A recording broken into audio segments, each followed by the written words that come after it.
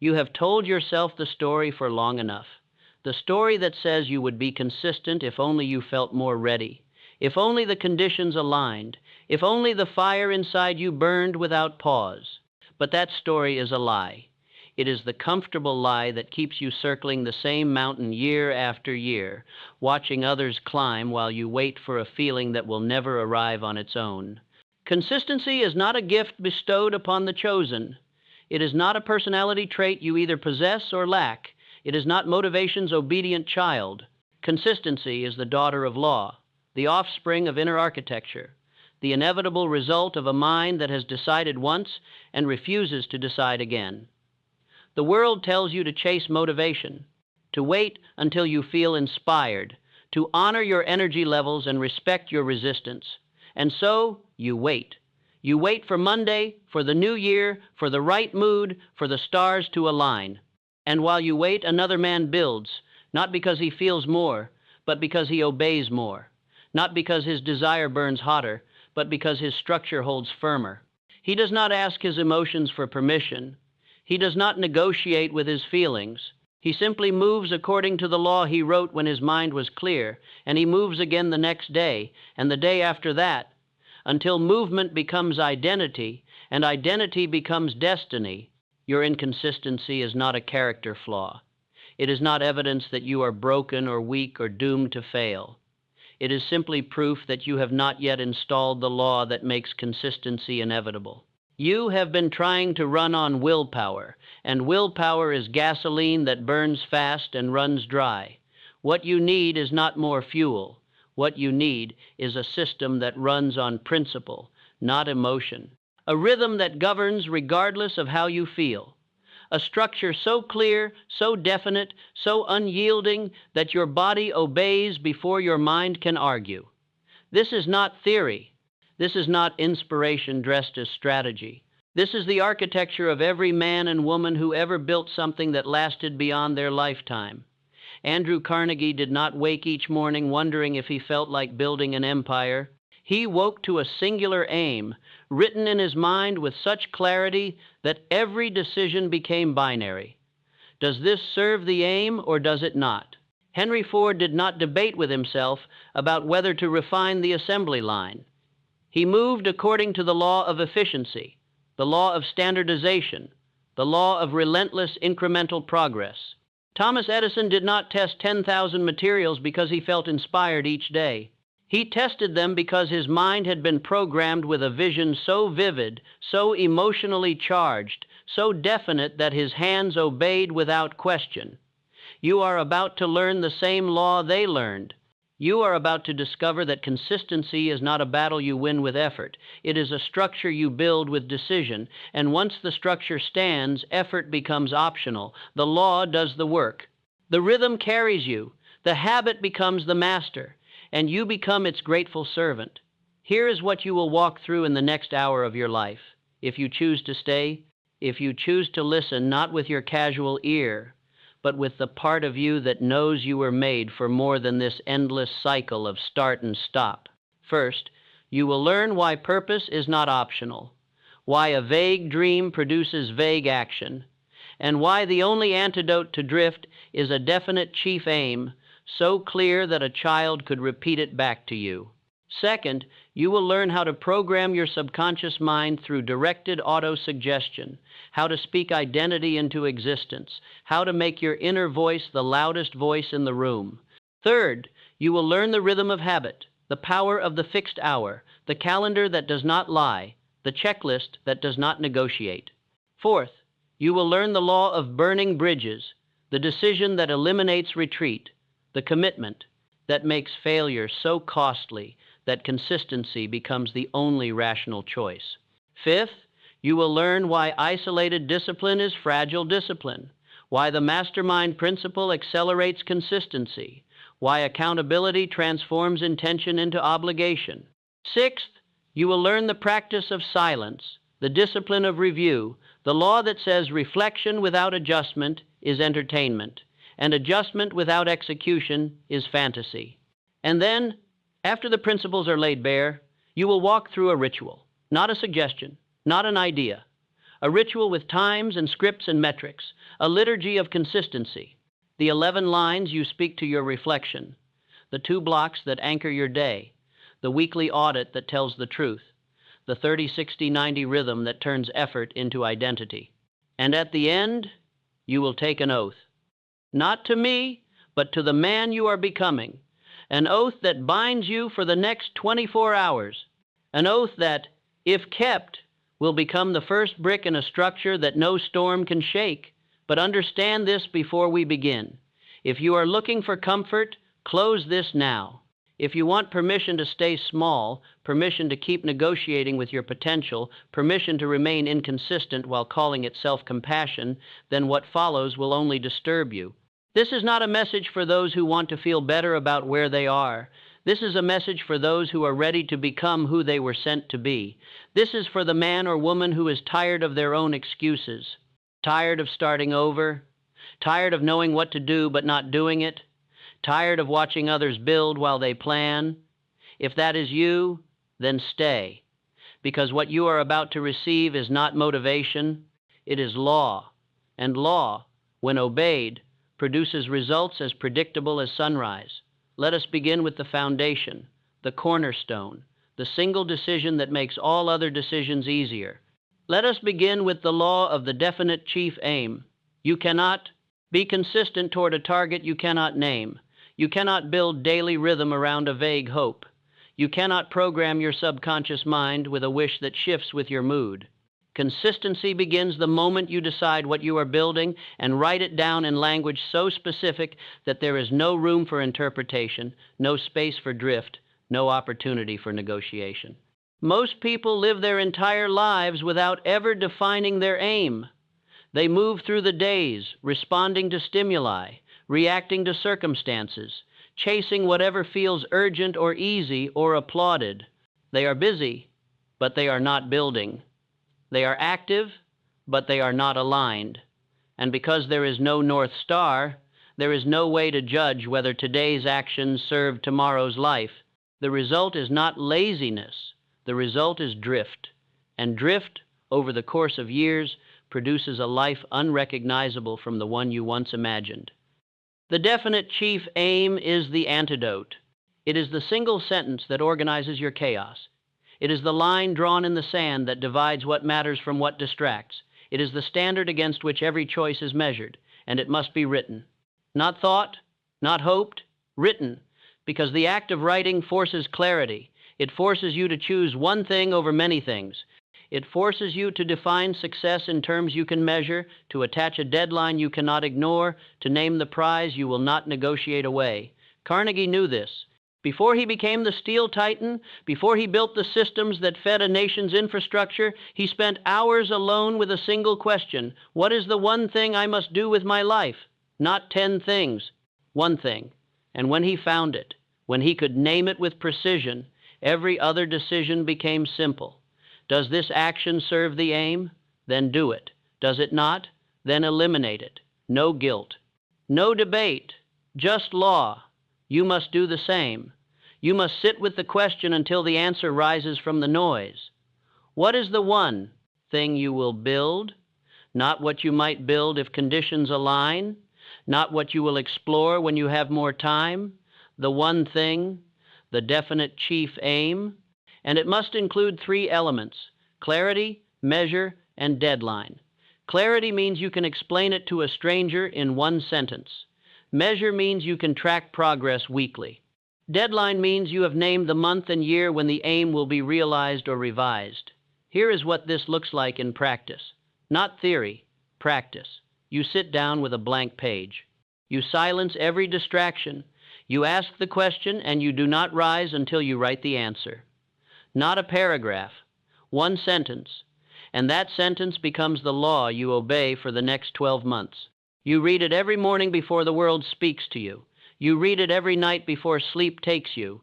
You speak it aloud, not in your head, because sound programs the subconscious in ways thought alone cannot. You feel it as you speak it, because emotion is the fuel that drives the subconscious engine. And over time, the sentence stops being words on paper. It becomes identity. It becomes instinct. It becomes the filter through which every decision passes.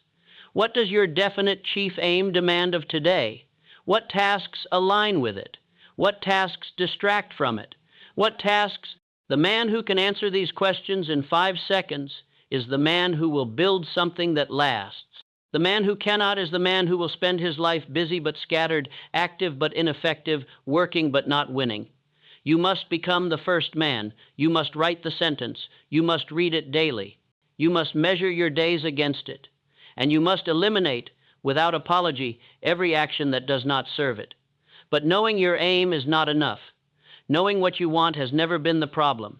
The problem is that your subconscious mind, the engine of all behavior, does not obey logic. It does not care about your goals. It does not respond to your plans. It responds only to repetition, emotion, and sensory clarity. You can write the most beautiful aim in the world, frame it, hang it on your wall, and still fail to act on it, because the act of writing alone does not program the mind. Only directed auto-suggestion does. This is the second law. This is the bridge between knowing and doing. Auto-suggestion is the practice of feeding your subconscious mind with deliberate, emotionally charged instructions until those instructions become commands your body obeys without conscious thought. You already practice auto-suggestion every day. The problem is that most people practice it negatively. They speak defeat to themselves. They rehearse failure. They repeat the story of their limitations until the subconscious accepts it as fact and produces behavior that matches. You must reverse this. You must become the author of your inner narrative. You must speak to yourself with the same authority you would use to command a child or direct a team. And you must do it daily, aloud, with feeling, until your subconscious accepts the new instruction and begins to produce new results. Edison understood this. When he set out to create the electric light, the experts told him it was impossible. The materials did not exist. The science was unclear. The cost was too high. But Edison did not argue with them. He simply repeated his vision to himself with such intensity, such clarity, such unwavering belief that his subconscious mind accepted it as fact. And once his subconscious accepted it, his conscious mind began to notice materials others overlooked, to test combinations others ignored, to persist through failures others called final. He did not succeed because he felt motivated every day. He succeeded because his mind had been programmed to see only one outcome, and his body obeyed that program until the outcome arrived. You must do the same. You must craft 11 sentences of identity, statements that describe not who you are today, but who you are, becoming. These sentences must be written in the present tense, as if the identity already exists. They must be emotionally charged, not flat or clinical. They must be specific, not vague. And they must be repeated aloud, in front of a mirror, 3 times each, every morning and every night. This is not affirmation for the sake of feeling good. This is programming for the sake of behavioral change. This is instruction delivered to the subconscious with such repetition and emotion that it becomes command. Here is how you build the script. You stand before the mirror, before the world has spoken, before the noise has begun, and you speak, not to the reflection, but through it, to the mind beneath. You speak with volume, with emphasis, with the kind of conviction that feels awkward at first, but becomes natural with repetition. You say, I am the man who builds with purpose. I do not wait for freedom. I build it now. I speak law. I speak belief. I speak what I am becoming. I walk in obedience. I move before I feel ready. Each day I act in obedience. Each day I prove who I am. I do not chase riches. I command them by wisdom. I sow understanding and reap gold. My actions reflect heaven. I build with fire. I move with honor. These are not empty words. These are not mantras for comfort. These are instructions issued to the operating system of your behavior. And you repeat each line 3 times. Not once, 3 times. Because the first repetition breaks the silence. The second repetition builds momentum. The third repetition plants the seed. And you do this every morning before you touch your phone, before you check your messages, before the world tells you who you are supposed to be today. And you do it again every night, after the day has tried to rewrite you, after the failures have whispered their lies, after the world has done its best to pull you back into drift. Why does this work? Because the subconscious mind does not distinguish between what is real and what is vividly imagined. It does not care whether the identity you speak already exists or not. It only asks, have I heard this instruction often enough, with enough emotion, with enough clarity, that I should accept it as command? And if the answer is yes, it goes to work. It begins to filter your perception so you notice opportunities aligned with the identity.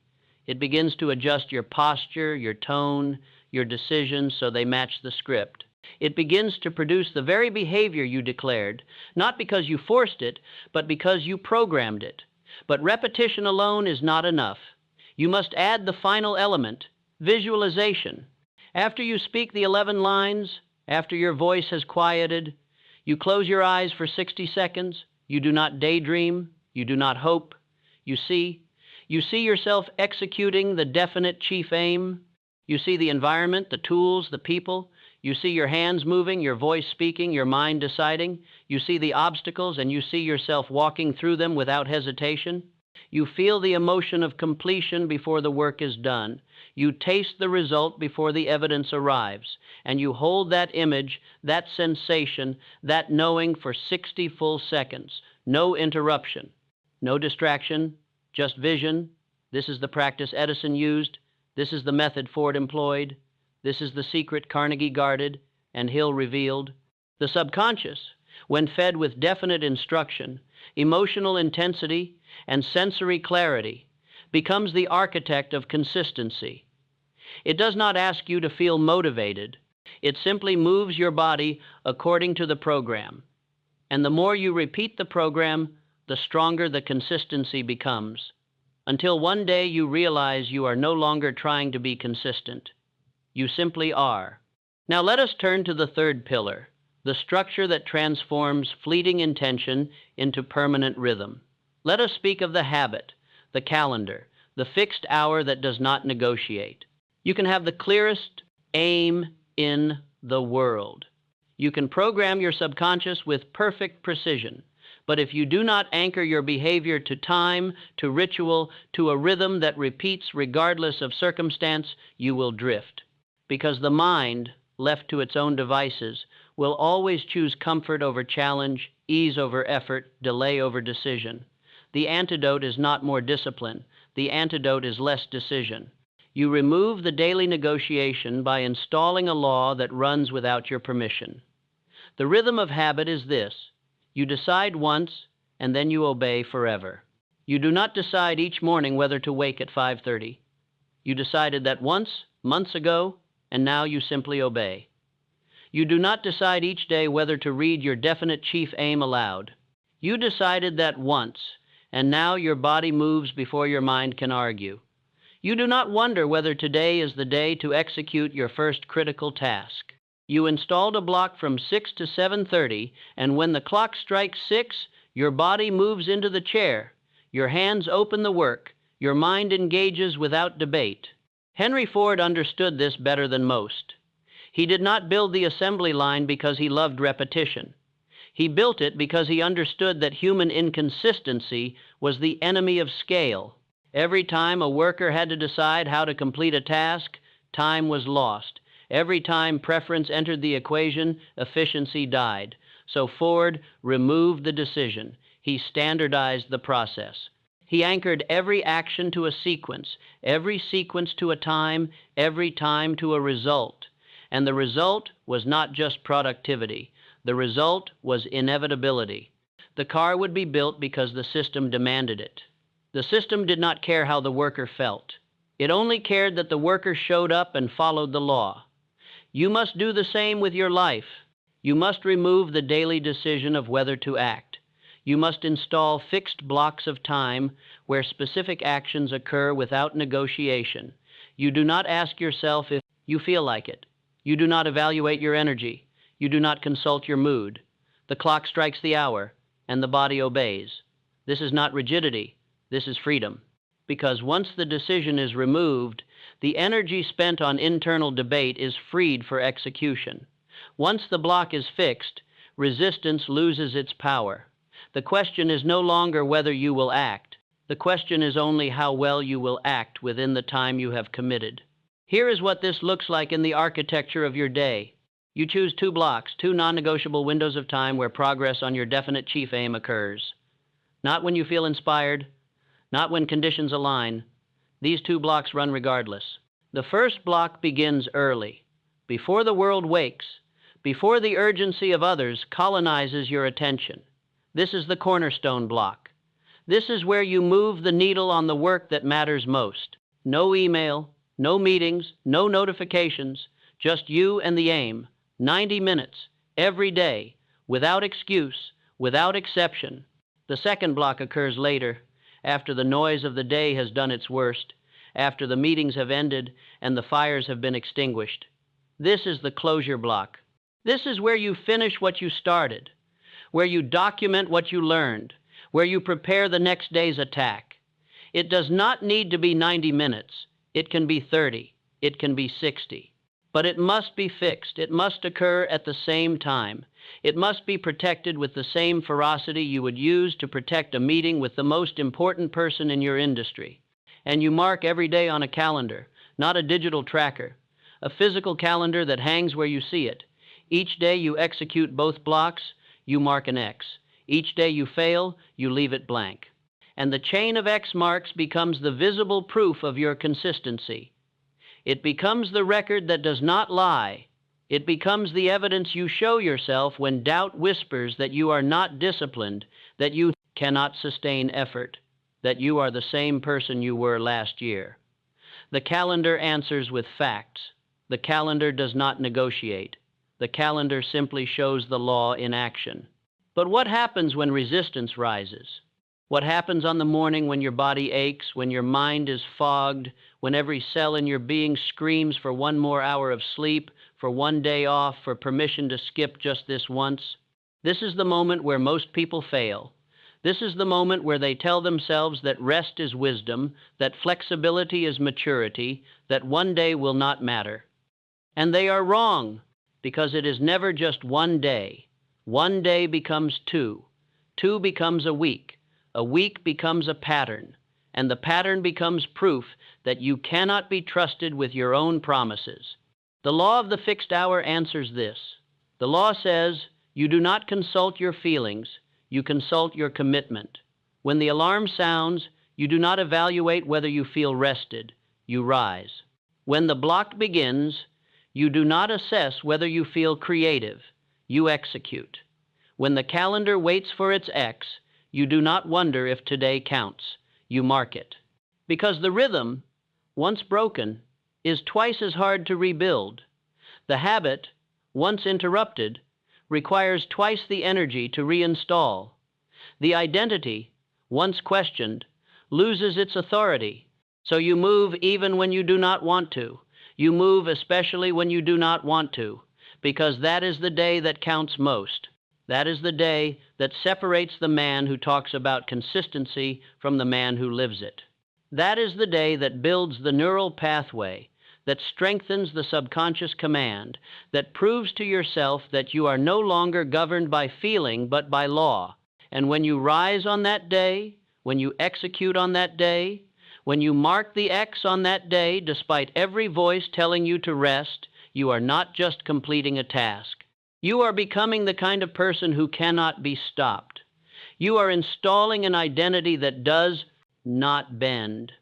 You are building a structure that will carry you through the next decade of your life. Now ask yourself this question. Be honest. Are your days governed by fixed blocks or by fluctuating moods? Do you know, without looking at a clock, exactly when you will work on your definite chief aim tomorrow? Or do you tell yourself you will find time, you will make space, you will act when the conditions improve? If your answer is the latter, then you do not have a consistency problem. You have a structure problem. And the solution is not to try harder. The solution is to decide once, install the blocks, and obey without question. But even the strongest blocks will eventually face a test. Even the clearest rhythm will encounter a moment when the pain of continuing feels greater than the pain of quitting. And in that moment, if you have left yourself a door, an escape route, a backup plan, you will take it. This is why the fourth law exists. This is why the man who builds something that lasts does not merely commit. He burns the bridges behind him. He makes retreat so costly, so painful, so unthinkable that forward movement becomes the only rational choice. The law of burning bridges is this: you must remove the option to fail, not because failure is shameful, but because the possibility of failure, when left open, becomes an invitation. The mind is a negotiator. It is skilled at finding loopholes, at justifying delay, at constructing elaborate reasons why today is not the right day to act. And as long as retreat is an option, the mind will keep negotiating. As long as you can quit without consequence, the mind will keep searching for the exit. The only way to silence that voice is to remove the exit entirely, to make the cost of quitting so high that your only choice is to continue.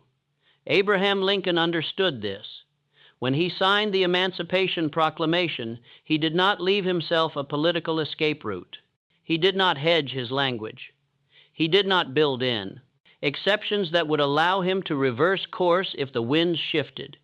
He made a decision that was final, public, and irreversible. And because the decision was irreversible, his mind stopped searching for ways to undo it and began searching for ways to defend it, to execute it, to make it work. The bridge was burned. The only direction was forward. You must do the same. You must construct consequences for failure that make consistency the path of least resistance. This is not punishment. This is architecture. You are not trying to hurt yourself for falling short. You are trying to make falling short so expensive that your subconscious mind will move heaven and earth to avoid it. Here is what this looks like in practice.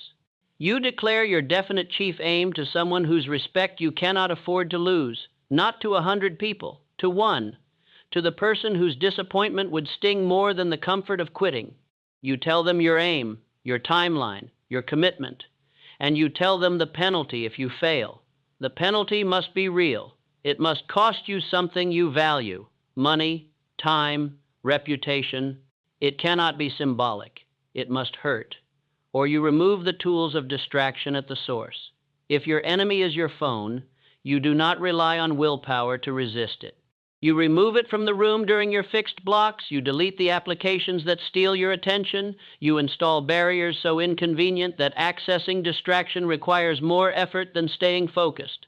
If your enemy is comfort, you remove the option of sleeping past your alarm. You place the alarm across the room so you must stand to silence it.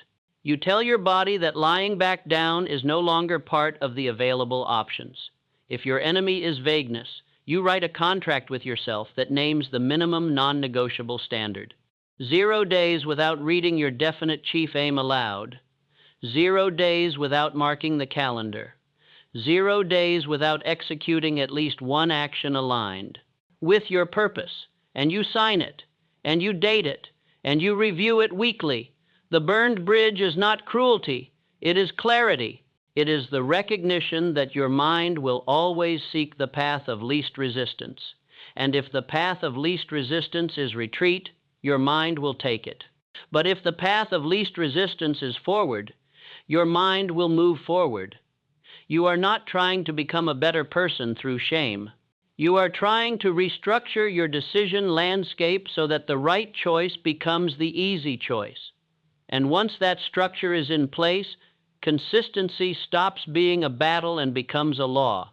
But even the strongest individual structure will face moments of weakness. Even the most disciplined mind will encounter days when the voice of doubt is louder than the voice of command. And on those days, you need more than self-imposed consequences. You need witnesses. You need allies. You need the force multiplier that comes when 2 or more minds unite under a common purpose. You need the mastermind. This is the 5th law. This is the principle that accelerates consistency beyond what isolated effort can achieve. The mastermind is not a social gathering. It is not a networking event. It is not a group of friends who encourage each other with vague affirmations. The mastermind is a structured alliance of 2 to 5 individuals who meet regularly, report metrics honestly, hold each other accountable without mercy, and refuse to let any member drift into mediocrity. It is a council of peers who care more about your progress than your comfort. It is a tribunal where excuses are not accepted and results are the only currency that matters. John D. Rockefeller did not build Standard Oil alone. He surrounded himself with men who were not yes men, who did not applaud his every move, who challenged his assumptions and demanded precision in his thinking. He met with them regularly. He reviewed numbers with them. He listened to their counsel. And because he submitted himself to that structure, because he made himself accountable to minds other than his own, he built an empire that outlasted his lifetime. The power of the mastermind is not in the individuals. The power is in the alliance. When 2 minds align toward a single aim, they create a third mind, a meta-mind, a force greater than the sum of its parts.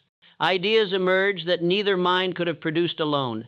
Energy multiplies, blind spots are revealed, momentum compounds. But the mastermind only works if it is structured with law, not sentiment. You do not gather to share feelings. You gather to report facts. Each member arrives with 3 metrics, not stories, metrics, numbers that reveal whether they kept their commitments or broke them. Hours spent in focused work, actions completed, promises kept. The meeting lasts 25 minutes, no more, because the purpose is not fellowship. The purpose is accountability. Each member speaks for 5 minutes. They report their numbers. They name the obstacle they faced. They state the commitment for the next 7 days. And the group listens without interruption, without advice unless requested, without comfort unless earned. If a member breaks their commitment, they pay the penalty. The penalty was agreed upon in advance.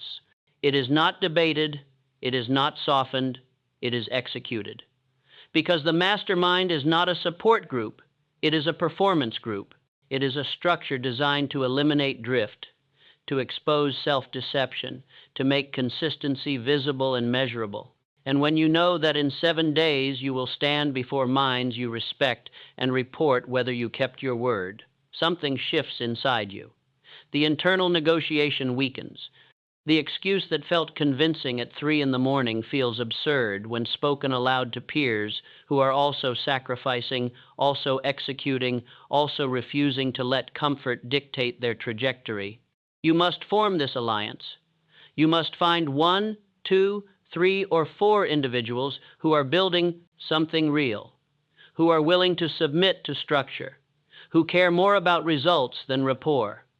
You meet weekly, same day, same time, 25 minutes, no exception. You rotate who speaks first. You document the commitments. You review the documentation at the next meeting. And you refuse, absolutely refuse, to let sentiment soften the standard, because the moment you allow one excuse, the structure begins to erode. The moment you accept one broken commitment without consequence, the law loses its authority. And once the law loses authority, the mastermind becomes a social hour, and the social hour produces nothing but wasted time and comfortable mediocrity. Ask yourself now, who are the 2 or 3 people in your life who would hold you accountable without flinching? Who would listen to your excuse and say, gently but firmly, that it does not matter, that the commitment was clear, that the consequence must be paid? If you cannot name them, you must find them.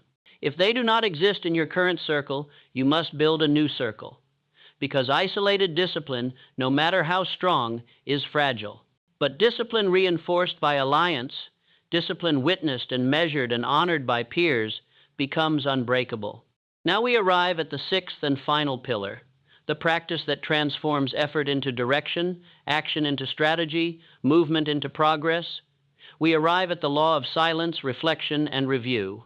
You can have the clearest aim, the most disciplined subconscious, the strongest rhythm, the most committed alliance, But if you do not pause to reflect, to measure, to adjust, you will build with great effort in the wrong direction. You will be consistent, yes, but you will be consistently wrong. And consistent wrongness is not noble, it is waste. The law of silence is this: you must create space each day where the noise stops and the signal emerges. 5 minutes, not 5 hours. 5 minutes of deliberate stillness where you do not consume, do not produce, do not react. You simply sit. You breathe. You listen. Not to music, not to podcasts, not to the voice of entertainment. You listen to the voice beneath the noise. The voice that knows whether today's actions aligned with your aim. The voice that sees the pattern you are too busy to notice. The voice that whispers the adjustment you need to make before the mistake becomes a habit. Solomon, before he built his kingdom, asked for wisdom, not for gold, not for power, not for the tools of domination. He asked for understanding. And because he asked rightly, because he prioritized clarity over acquisition, the resources followed. He understood what most men miss. That action without understanding is motion without progress. That effort without reflection is energy without direction.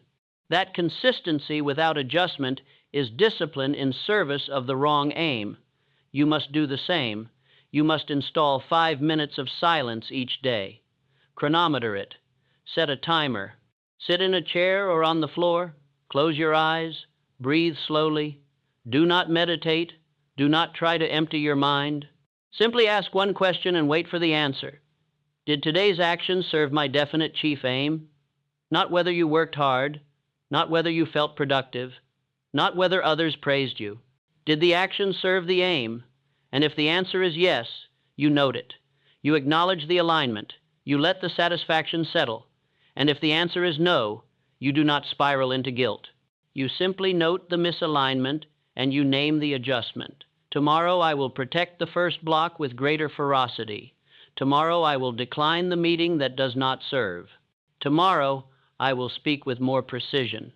The silence does not shame you, it informs you, and the information, when acted upon, becomes the steering mechanism that keeps you on course.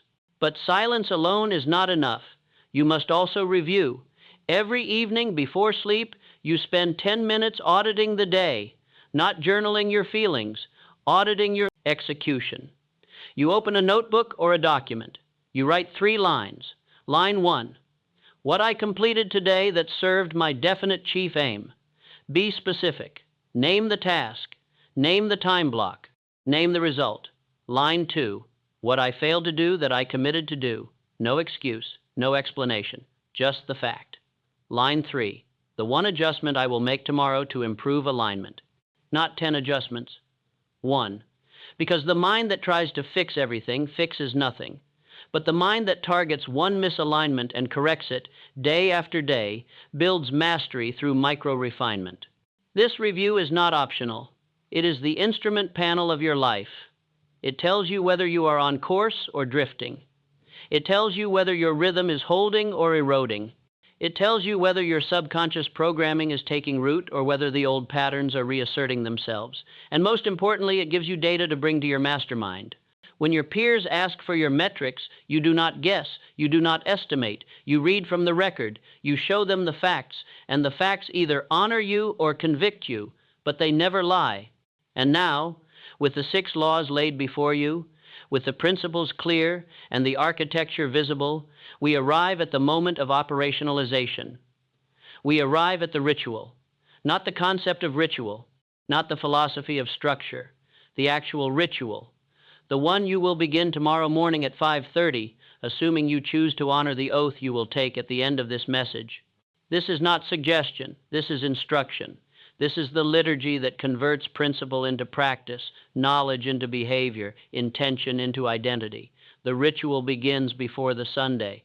It begins in the quiet before the world wakes, before the urgency of others colonizes your attention, before the chaos of the day teaches you who you are supposed to be.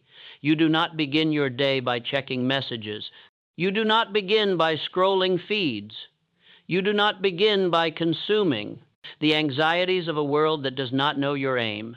You begin by speaking, by commanding, by reminding your subconscious mind who you decided to become when your mind was clear and your resolve was strong.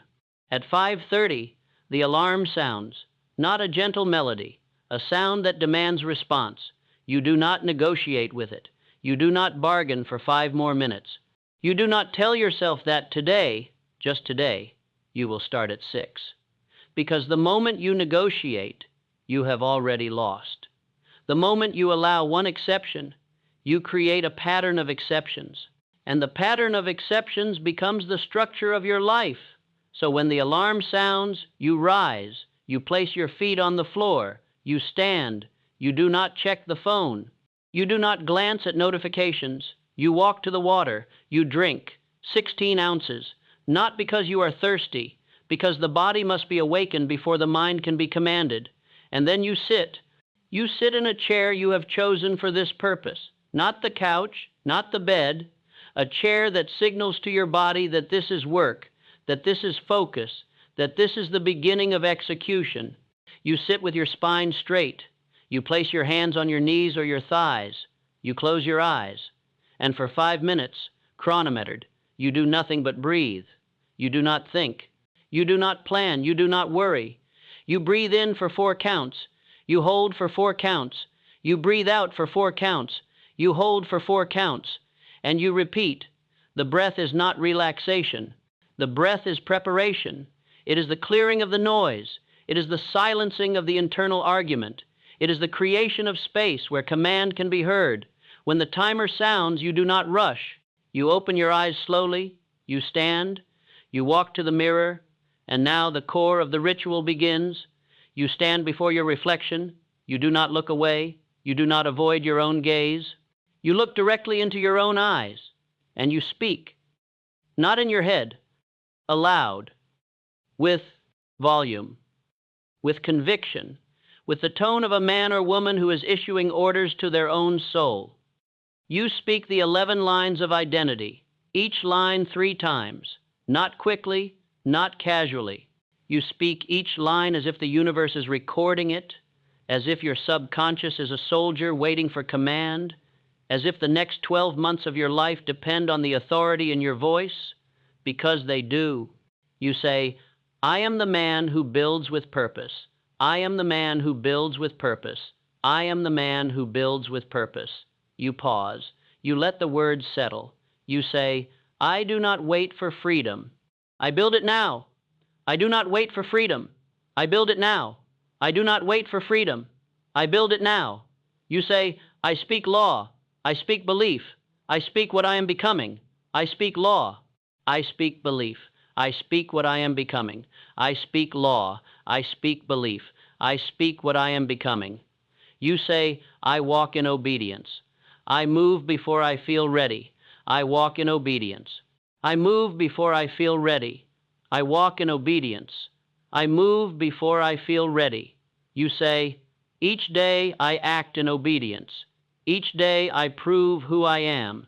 Each day I act in obedience. Each day I prove who I am. Each day I act in obedience. Each day I prove who I am. You say, I do not chase riches. I command them by wisdom. I do not chase riches. I command them by wisdom. I do not chase riches. I command them by wisdom. You say, I sow understanding and reap gold. I sow understanding and reap gold. I sow understanding and reap gold. You say, my actions reflect heaven. I build with fire.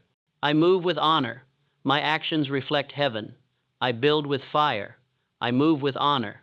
My actions reflect heaven. I build with fire. I move with honor. You say, I think in alignment. I speak with purpose. I obey the voice that sent me. I think in alignment. I speak with purpose. I obey the voice that sent me. I think in alignment. I speak with purpose. I obey the voice that sent me. You say, I walk as one sent. I work as one assigned. I finish as one chosen.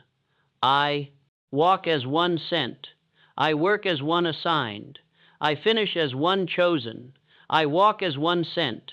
I work as one assigned. I finish as one chosen. You say, I govern myself before I govern results. I choose law over mood. I repeat what makes me. I govern myself before I govern results. I choose law over mood. I repeat what makes me. I govern myself before I govern results. I choose law over mood. I repeat what makes me. When the 11 lines have been spoken, when your voice has filled the room, when the sound of your own conviction has reached your ears and begun its work on your subconscious, you do not move immediately. You remain before the mirror. You close your eyes again, and now you read your definite chief aim. You have written it on a card. You keep it in your pocket or on the bathroom counter or taped to the mirror itself. You pull it out. You open your eyes. You read it aloud, once, slowly, with emphasis on every word. You do not rush through it. You do not mumble it. You read it as if you are signing a contract with the universe, as if the act of speaking it aloud makes it more real than it was a moment before, because it does. And after you read it, you close your eyes one final time, and for 60 seconds, you see it. You see yourself living the aim, not as a distant future, as now. You see the environment. You see the tools in your hands. You see the people around you. You see the obstacles, and you see yourself walking through them with the same calm authority you just heard in your own voice. You do not hope it will happen. You see it as if it already has. You feel the satisfaction. You taste the completion. You embody the identity of the person who has already achieved what you are building. And you hold that vision, that sensation, that knowing for the full 60 seconds. No distraction, no drift, just clarity. When you open your eyes, the ritual is not yet complete. You walk to the calendar, the physical calendar that hangs on your wall. You do not mark it yet. You simply look at it. You see the chain of X marks from the days before. You see the blank space of today. And you make a silent promise to that blank space. By the end of today, you will have earned the right to mark it. Not because you worked hard, because you kept your word, because you executed your 2 non-negotiable blocks, because you proved, once again, that you are the kind of person who does not break promises to themselves. And now, at approximately 5:55, you are ready. The world has not yet spoken to you. The news has not filled your mind with its chaos. The demands of others have not colonized your attention. You are clear. You are commanded. You are aligned. And you move directly into the first block, the cornerstone block, the 90 minutes that will determine whether today was a day of building or a day of maintenance. You sit at your workspace. You open the work that serves your definite chief aim, and you execute. No email, no messages, no browsing. For 90 minutes, you are a monk in service to a single aim. The phone is in another room. The notifications are silenced. The door is closed. And the only question in your mind is this: what can I complete in the next 90 minutes that moves my definite chief aim forward? You do not multitask. You do not switch between projects. You do not allow the voice of distraction to negotiate. You work with the kind of focus that feels almost uncomfortable at first, the kind of focus that makes you aware of every itch, every restless thought, every urge to check something just for a moment. But you do not yield. You breathe through the discomfort. You redirect your attention. You remind yourself that this is not about feeling comfortable. This is about becoming consistent. And consistency is built in the moments when every fiber of your being wants to stop, but you continue anyway. At 7:30, the first block ends. You do not collapse in relief. You do not immediately reward yourself with distraction. You stand, you stretch, you drink water, and you acknowledge what you just did. You completed the cornerstone. You honored the commitment.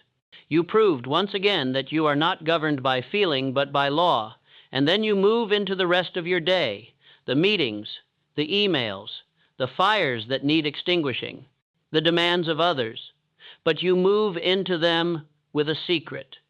You move into them knowing that the most important work has already been done, that regardless of what chaos the day brings, you have already won. Because you kept your word, because you executed the block, because you moved the needle on the one thing that matters most. The day unfolds. Some hours are productive, some are wasted. Some are filled with progress, some are filled with frustration. But none of that matters as much as what happens at 12:30. At 12:30, you stop. You do not wait until you feel like it. You stop, you pull out your notebook or open your document, and you conduct a midday audit. You look at your checklist for the day. You see which tasks have been completed. You see which have been ignored, and you make a decision. If you are on course, you acknowledge it. You give yourself credit. You let the momentum build. If you are off course, you do not spiral. You simply identify the one adjustment you will make in the second half of the day, the one meeting you will decline, the one distraction you will eliminate, the one task you will prioritize above all others, and then you send a message to your mastermind. Not a long message, 3 sentences. Completed the cornerstone block. Current progress on this week's commitment, 80%. Adjustment for this afternoon. Decline the 3 o'clock meeting to protect focus time. You do not ask for feedback. You do not need encouragement. You simply report. You make yourself visible. You document your obedience to the structure. And the act of sending that message, the act of making your progress, public to the minds who are also building, creates a subtle but powerful pressure. The pressure to keep your word. The pressure to finish what you started. The pressure to show up at the next mastermind, meeting with metrics that honor the alliance. The afternoon continues. The world presses in. Emails arrive with urgency. Colleagues request time. Fires ignite. And in the middle of the noise, in the middle of the demands, you remember the adjustment. You remember the one thing you said you would do differently. And you do it. Not because it feels comfortable, not because it is easy, but because at 12:30 you made a promise to yourself, and you are no longer the kind of person who breaks those promises. You decline the meeting. You protect the time. You return to the work that serves your aim. And in that small act of obedience, in that quiet moment of choosing law over convenience, you build another brick in the structure of consistency. At 7 o'clock in the evening, after the workday has officially ended, after most people have collapsed into entertainment or distraction or the comfortable numbness of passivity, you do not collapse. You enter the second block, the closure block. This is not 90 minutes. This is 30 to 60, depending on what remains. But it is fixed, same time, every day, no exception. This is the block where you finish what you started, where you close the loops, where you prepare tomorrow's attack so that when tomorrow arrives, you do not waste energy deciding what to do. You already know. You open the list of critical tasks, the ones that, if left undone, will create friction tomorrow. You complete them, not perfectly, not brilliantly. You simply complete them. You send the message that must be sent. You finalize the document that must be finalized. You organize the workspace so that tomorrow morning, when you enter the cornerstone block, there is no resistance, no clutter, no mental debris standing between you and execution. And when the block ends, you do not keep working. You stop, because the law says stop. And obeying the law when you want to continue is just as important as obeying the law when you want to quit. Now you document. You pull out the notebook, the same notebook you used at noon, and you write 3 lines. Line 1, what I completed today that served my definite chief aim. You write the specific task, the specific result, the specific proof that today was not wasted. Line 2, what I committed to but failed to execute. No excuse, no softening, just the fact. If you executed everything, you write 0 failures. If you broke a promise, you name it. Line 3, the one adjustment I will make tomorrow. Not 3 adjustments, 1. Because precision beats ambition. A single targeted correction, repeated day after day, transforms behavior faster than a dozen vague intentions. And now you calculate the 3 metrics. Metric 1, minutes spent in focused execution inside your 2 fixed blocks. You do not estimate, you track, you write the number. Metric 2, number of critical tasks completed that directly serve your definite chief aim, not tasks in general. Critical tasks, the ones that, if you did nothing else today, would still make today a victory. Metric 3, percentage of promises kept. You made commitments to yourself this morning, at the mirror, in the plan, in the calendar. How many did you keep? You calculate it, you write it, and the number does not lie, it does not comfort you, it does not punish you, it simply reflects reality, and reality, when faced honestly, becomes the fuel for transformation. At 9:30 in the evening, you return to the mirror, not for as long as the morning, but you return.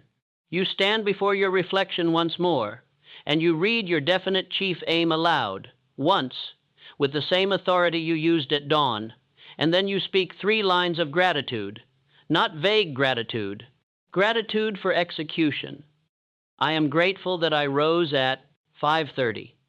I am grateful that I completed the cornerstone block. I am grateful that I kept my word. You do not list feelings, you list actions, because feelings fade, but actions compound, and the mind that is trained to celebrate executed discipline becomes a mind that craves more of it. You close your eyes, you breathe, 5 slow breaths, and then you speak the final command of the day. Tomorrow I rise again. Tomorrow I prove again. Tomorrow I build again. Not as hope, as law. You do not ask your future self to try. You command your future self to obey. And then you walk to the calendar. You pick up the marker. And if you executed both blocks, if you kept your core commitments, you mark the X, big, bold, undeniable. And if you did not, if you allowed distraction or laziness or fear to steal the day, you leave it blank. And the blank space becomes a scar, not a shame, a scar, a reminder, a data point. And tomorrow, you will not leave it blank again. This is the daily ritual, 5:30 to 9:30, morning command, cornerstone block, midday audit, closure block, evening documentation, mirror, calendar. Repeat, it is not complicated, it is not innovative, it is not the kind of structure that will win applause for its creativity, but it works. It works because it removes decision. It works because it creates rhythm. It works because it trains the subconscious to obey before the conscious mind can argue. And over time, over the course of 30 days, 60 days, 90 days, the ritual stops feeling like effort. It starts feeling like identity. You stop being the person who tries to be consistent. You become the person who is. But the ritual alone, as powerful as it is not complete, because consistency without ownership is labor. It is effort. It is the treadmill that keeps you moving but never brings you closer to freedom. You can be the most consistent employee in the world and still retire poor. You can be the most disciplined laborer and still die with nothing to show but exhaustion, because consistency applied to someone else's dream only makes them rich. Consistency applied to your own assets, your own systems, your own ownership is what makes you free. This is the law of possession. This is the shift from hours to systems. Every Friday, after the closure block, you dedicate 45 minutes to a different kind of work. Not urgent work, not reactive work, ownership work. You ask yourself one question: what is one system I can build this week that converts my time into an asset that runs without me? Not a grand system, a micro system. A small, repeatable process that, once built, reduces the need for your direct involvement. A template that automates a repetitive task. A script that handles a common request. A checklist that allows someone else to execute what only you used to do. A piece of content that teaches once but serves forever. a simple product that sells while you sleep. You do not build the entire business in 45 minutes. You build one brick, one small system, and you document it. You write the process. You record the steps. You make it so clear that even your past self, even the version of you from 6 months ago who did not yet understand the power of systems, could follow it without asking questions. And next Friday, you build another brick, and the Friday after that, another.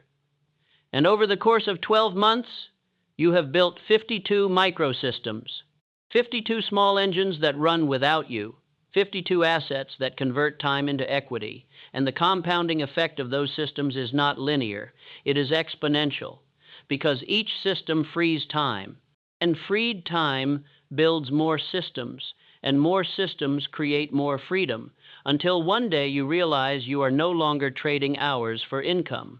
You are collecting income from structures you built when your hands were free. Henry Ford did not become wealthy by working harder than his competitors. He became wealthy by building systems that multiplied his effort. The assembly line was not just a production method, it was a system of ownership. Once built, it ran. Once installed, it produced. Once perfected, it required only supervision, not constant creation. And the wealth Ford accumulated was not payment for his hours, it was payment for his thinking, for his willingness to spend time building the structure instead of simply executing the task. You must adopt the same mindset. Every week, 45 minutes, one microsystem, one brick in the structure of ownership. Do not wait until you have time. You will never have time. Make the time. Protect it, execute it, document it. And watch as the systems begin to stack, as the assets begin to compound, as the freedom you have been chasing begins to arrive, not through harder work, but through better architecture. Now let us turn to the voice that will rise as you execute this ritual, as you build these systems, as you move through the first 30 days of unbroken consistency. The voice that says this is too rigid, too structured, too demanding. The voice that whispers you are losing spontaneity, losing flexibility, losing the joy of life. Let me answer that voice now so that when it speaks to you, and it will, you are not caught off guard.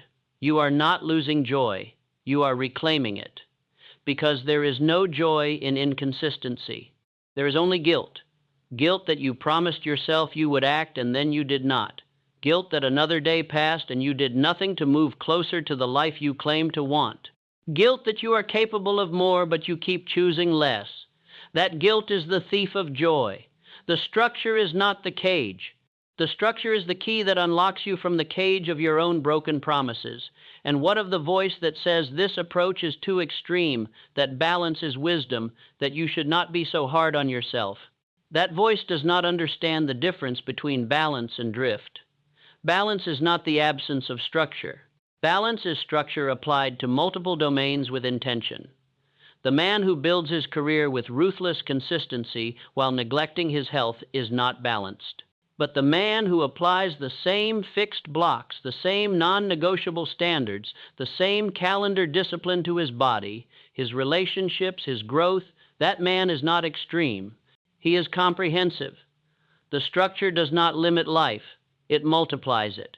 Because when you are consistent in the areas that matter, you create surplus, surplus energy, surplus time, surplus confidence. And that surplus allows you to be present, to be generous, to be joyful in ways that the inconsistent man never experiences because he is always carrying the weight of unkept promises. What of the voice that says you have tried structure before and it did not work, that you are not the kind of person who can sustain this level of discipline? That voice is correct about the past and wrong about the future. You did try before, and you failed. But you failed because you did not have the complete system. You had pieces, you had motivation without structure, or structure without accountability, or accountability without subconscious programming. You were building a table with 2 legs and wondering why it collapsed. Now you have all 6 legs, the definite chief aim, the directed auto-suggestion, the rhythm of fixed blocks, the burned bridges, the Mastermind Alliance, The practice of silence and review. This is not another attempt, this is the architecture. And when all 6 laws work together, failure becomes almost impossible. Not because you are special, because the system is complete. What of the voice that says 30 days is not long enough to see real results, that meaningful change takes years? That voice misunderstands the nature of transformation. Change does not happen in years. Change happens in moments. In the moment you decide. In the moment you speak the first line to the mirror. In the moment you mark the first X on the calendar. In the moment you send the first accountability message to your mastermind. The years are simply the accumulation of those moments repeated, but the transformation, the shift in identity, begins immediately, on day 1, and by day 30, you are not the same person. You have proven to yourself through documented evidence, through the chain of X marks, through the metrics you report, that you are capable of keeping your word. And once you know that, once you have 30 days of proof, the next 60 days become easier, because you are no longer trying to become consistent. You are defending a streak, you are protecting an identity, and the human mind will fight harder to protect what it already has than to gain what it does not. What of the voice that says this is too much work, that life should be easier, that you should not have to fight this hard just to be consistent? That voice has forgotten that ease is earned, not given. The man who is consistent for 1 year does not find it easier because the universe rewarded him with supernatural willpower. He finds it easier because the neural pathways have been carved, because the subconscious has been trained, because the identity has been installed. The first 30 days are the hardest. The next 30 are challenging but manageable. And by day 90, the ritual feels more natural than the chaos it replaced. You are not working hard forever. You are working hard now so that later, consistency becomes your default, your baseline, the path of least resistance. And that is not too much to ask. That is wisdom. What of the voice that says you will lose friends, that people will not understand, that you will be judged as obsessive or rigid? That voice is probably correct. Some people will not understand. Some will mock. Some will distance themselves, because your consistency will make them uncomfortable. It will force them to confront their own inconsistency. It will remind them of the promises they made to themselves and broke. And rather than face that discomfort, they will try to pull you back. They will invite you to skip just 1 day. They will suggest that you are taking this too seriously. They will laugh at your calendar. And in that moment, you will have a choice. You can defend yourself. You can argue. You can try to make them understand. Or you can simply smile, thank them for their concern, and return to your blocks. Because the man who needs others to validate his structure does not yet trust the structure. But the man who has seen the results, who has marked 90X marks, who has watched his definite chief aim move from distant dream to visible progress, that man does not need validation. He has proof, and proof silences doubt faster than any argument ever could. What of the voice that says you are doing this for the wrong reasons, that you are driven by ego, by the need to prove something, by the desire to be better than others? That voice may have a point. You may begin this ritual with impure motives. You may start because you want to impress someone, or silence a critic, or prove you are not the failure they said you were. And that is acceptable, because motive purifies through execution. You may begin for ego, but by day 30, the ego is no longer enough. By day 60, you are no longer doing this to prove anything to anyone. You are doing it because you have fallen in love with the man you are becoming. You are doing it because the structure has given you a taste of freedom you did not know was possible. You are doing it because the alternative, the return to inconsistency, now feels like death. The motive does not need to be pure at the beginning. It only needs to be strong enough to get you started. The ritual will purify the motive as you walk. Now let us speak of the rhythm that governs the next 90 days. Not the daily rhythm, the macro rhythm. The cycle that turns effort into identity, discipline into instinct, structure into nature. This is the 30-60-90 progression, and it must be understood not as theory but as law. as a map of the terrain you are about to cross, because each phase has its own challenge, its own temptation, its own gift. And if you do not know what to expect, you will misinterpret the signals and quit at the exact moment when breakthrough is near. Days 1 through 30. This is the phase of presence. The only goal is to show up, to mark the X, to keep the chain unbroken. You are not trying to be perfect. You are not trying to produce world-class work. You are trying to prove to yourself that you can keep a promise for 30 consecutive days, that you can wake at 5:30 every single morning, that you can speak the 11 lines every single day, that you can execute the 2 blocks without exception. The quality of the work does not matter yet. The depth of the insight does not matter yet. What matters is the showing up, the repetition, the establishment of the neural pathway. This phase will feel mechanical. It will feel forced. There will be mornings when the words feel empty, when the visualization feels fake, when the whole ritual feels like performance. That is normal. That is expected. You are not performing. You are installing. And installation always feels unnatural at first. Do not judge the process by how it feels. Judge it by whether you did it. Did you rise? Did you speak? Did you execute the blocks? If yes, mark the X. If no, face the blank space and begin again tomorrow. By day 30, something will have shifted. Not dramatically, not obviously, but you will notice that the alarm does not feel as violent, that the words at the mirror come easier, that the resistance to the first block has softened.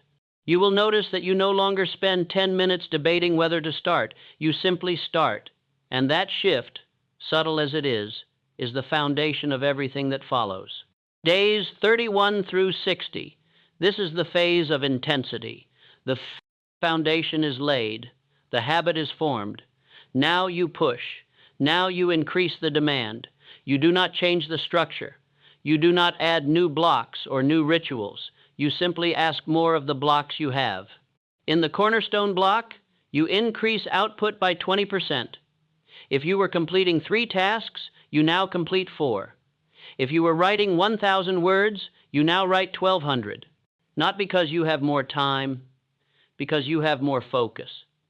Because the first 30 days trained your mind to resist distraction, and now you leverage that training.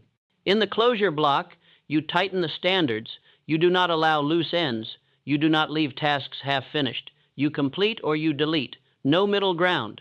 This phase will feel harder than the first, because the novelty is gone, because the initial excitement has faded, because you are no longer riding motivation. You are grinding on discipline. And the grind reveals who you are. This is where most people quit, not because they failed, because they succeeded at the first phase and assumed success would feel easier. But it does not. It feels harder, because you are no longer building the foundation. You are building the tower. And the tower demands more precision, more strength, more focus than the foundation ever did. You will be tempted to ease off, to tell yourself that you have proven you can be consistent, that you can relax the intensity now, that you have earned a softer standard.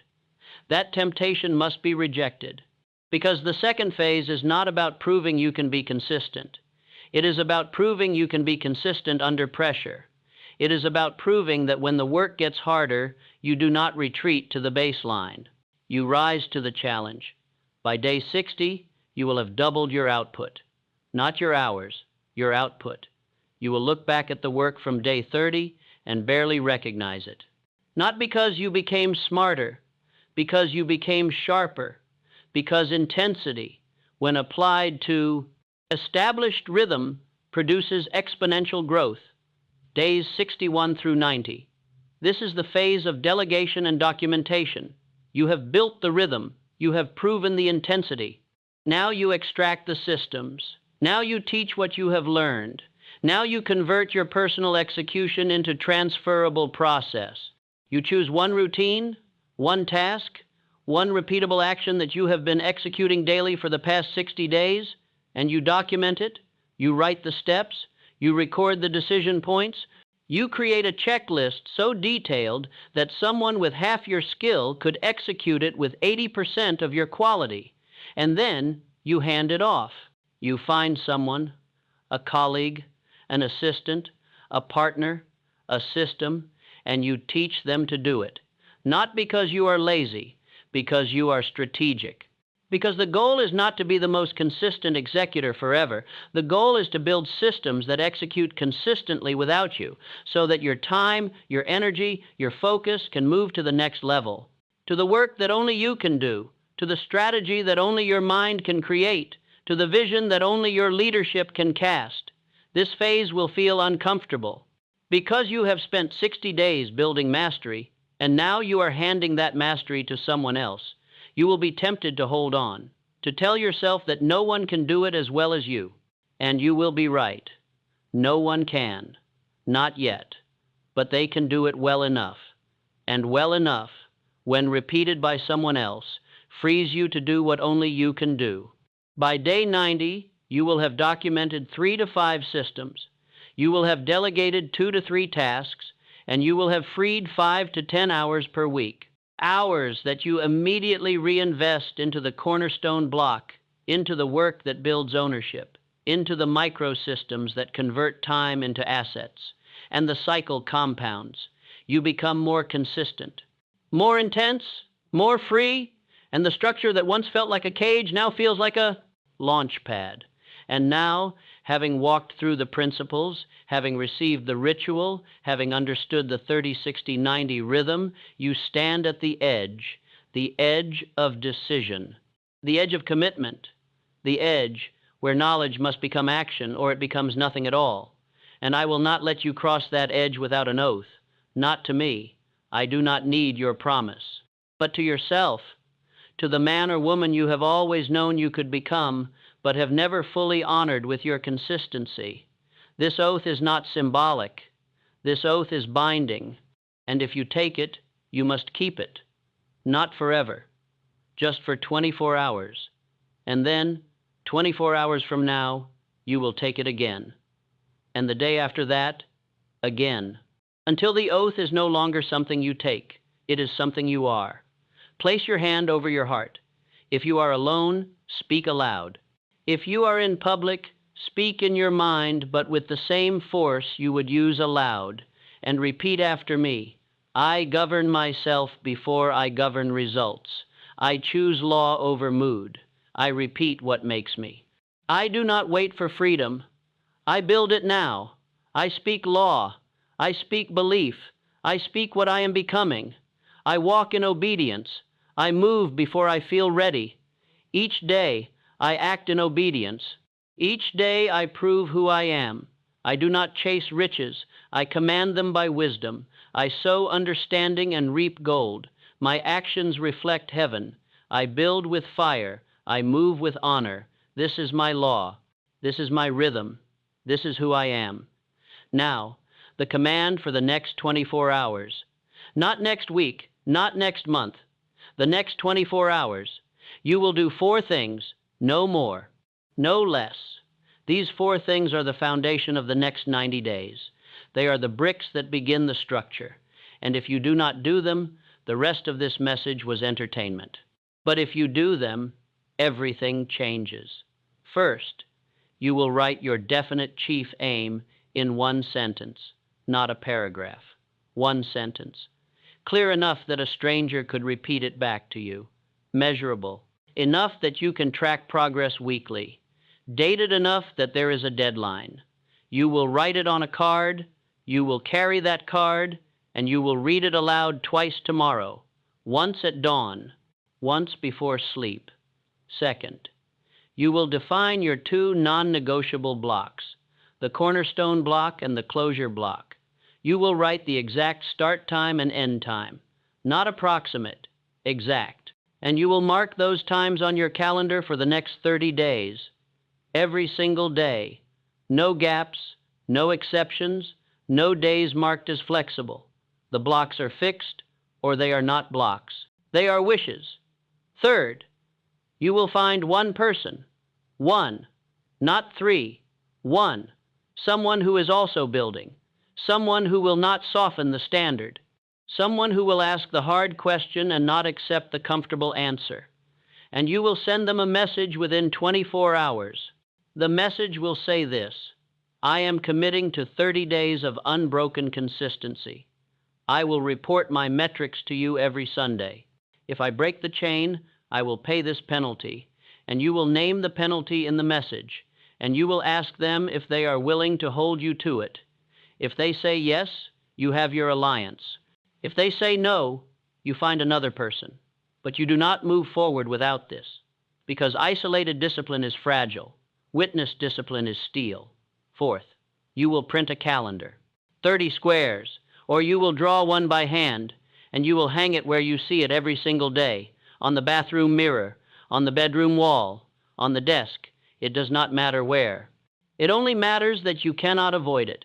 And tomorrow night, after you execute both blocks, you will mark the first X, big, bold, red. And you will look at that X and you will know, with certainty, that you kept your word, and that knowing, that small victory, will become the fuel for day 2. These 4 actions, within 24 hours, not when you feel ready, within 24 hours, because if you delay, if you tell yourself you will, do this next week, after you clear your schedule, after you finish the current project, you have already lost. The moment of power is now. The decision is now. The first action is now. And if you take the first action now, the second action becomes easier, and the third, and the fourth, until action is no longer a mountain to climb. It is simply the ground you walk on. I see you now 6 months from today, not imagined, seen. I see you standing before the mirror, speaking the 11 lines with a voice that no longer trembles, that no longer questions, that simply commands. I see the calendar behind you, covered in X marks, a chain so long you have stopped counting because you no longer need to count.